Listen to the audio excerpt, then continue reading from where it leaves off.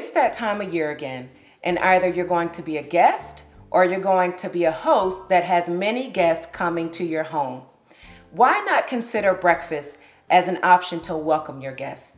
I'm Chef Tommi V, and we at Vincent Country would like to welcome you home. I have this delicious pumpkin spice hot cake recipe that I would like to share with you that you can come bearing gifts, or you can use it so that your guests definitely feel at home. So let's talk about these ingredients.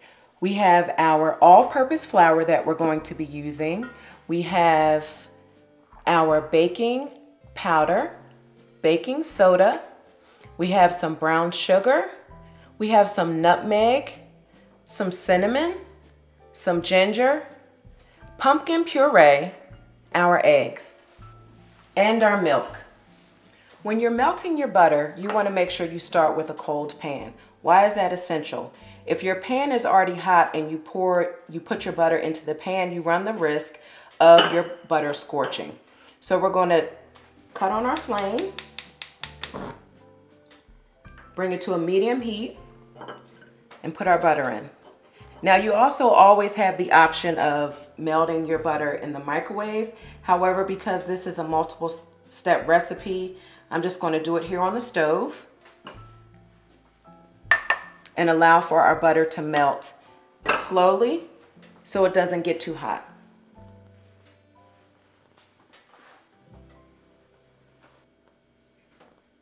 So we're going to add in our flour. You can either shake off the top or use your finger to skim it. We'll take our dry ingredients and put them in.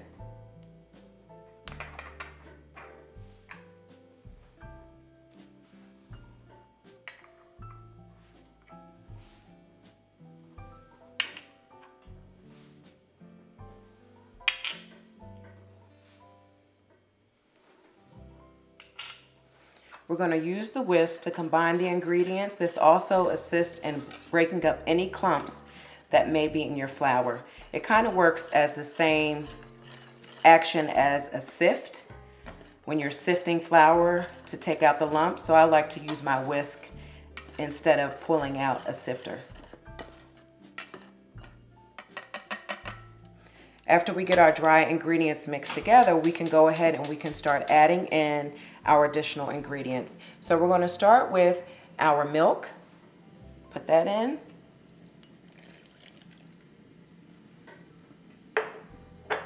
Our 2 eggs.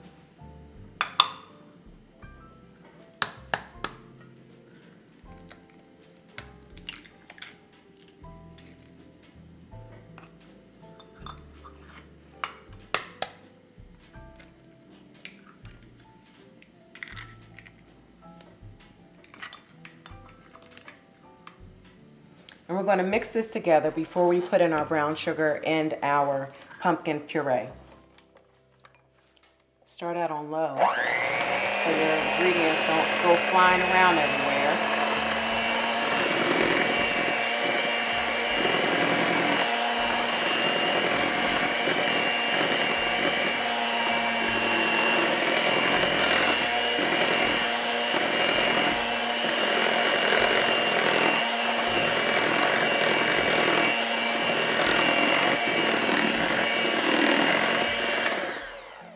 Stop there because we do not want to overmix this and make tough rubbery pancakes.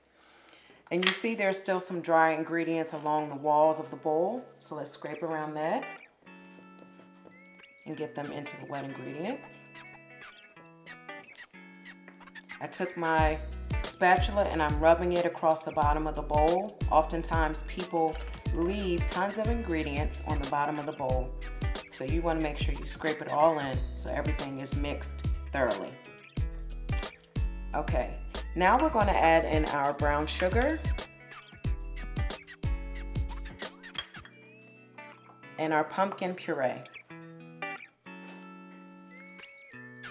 This pumpkin puree is interchangeable with sweet potato puree as well as butternut squash puree.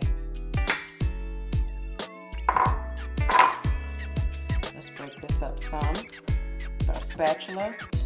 And I'm gonna go back through one more time with the hand mixer.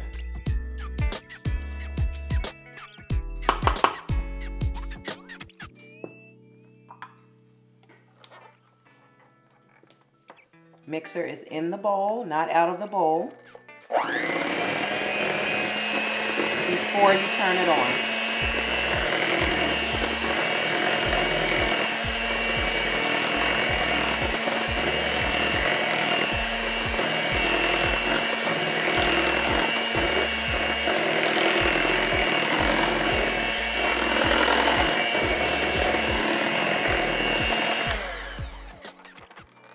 We just turned some ordinary pancake batter into some extraordinary pancake batter with the warm notes of cinnamon, nutmeg, and ginger. And then to top it off, we have this beautiful orange color that developed from the pumpkin puree, as well as that is going to take this pancake batter to a whole nother level. And after you've combined all of the ingredients, our final ingredient is our melted butter that is cooled, and we can add that in, stirring and then pouring slowly.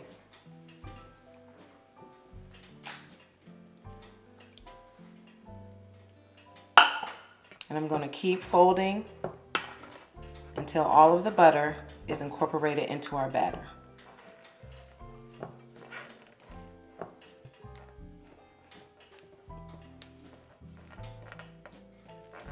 Perfect. So our griddle is nice and hot. Obviously, if you don't have this type of griddle, you can use any type of nonstick surface or another pan. Just make sure if it doesn't have the nonstick surface that you oil it well or butter it well. I like to use cooking oil because the butter tends to burn. So to get the perfect round pancake, I have my spoon. It's a deep spoon, and you just take the spoon and you hold it straight down and it'll flow out into a nice circle.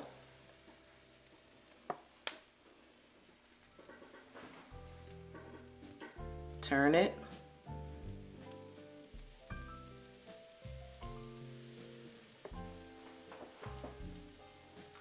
You want to try to get your pancakes even sized. Okay, now we're going to let the griddle do the work. The key to a finished pancake is you check the edges, and you'll also start seeing bubbles start forming in your pancake. That lets you know that the bottom side should be nice and firm, so when you flip it, your batter doesn't start splashing all over the place.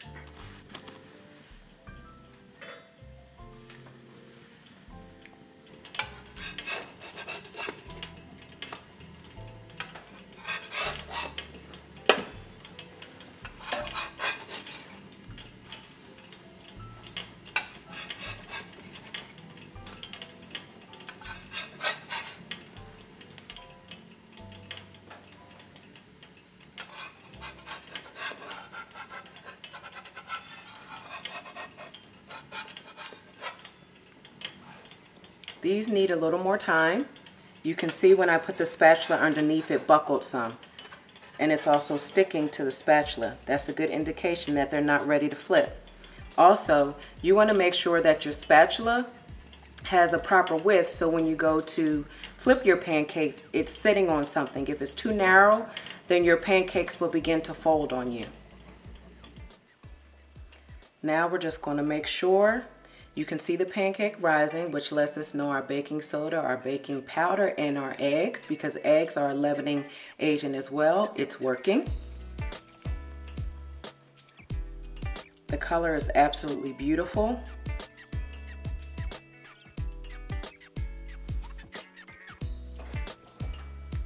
And because we allowed sufficient time on the other side for cooking, you know that the other side that was not on the heat originally is definitely going to be cooked all the way through.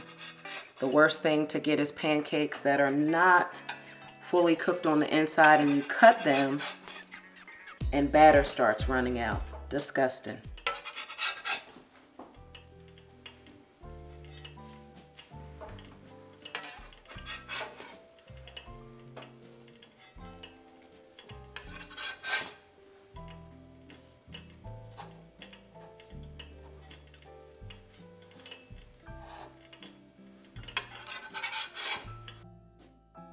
I'm taking them off in the order that I flipped them.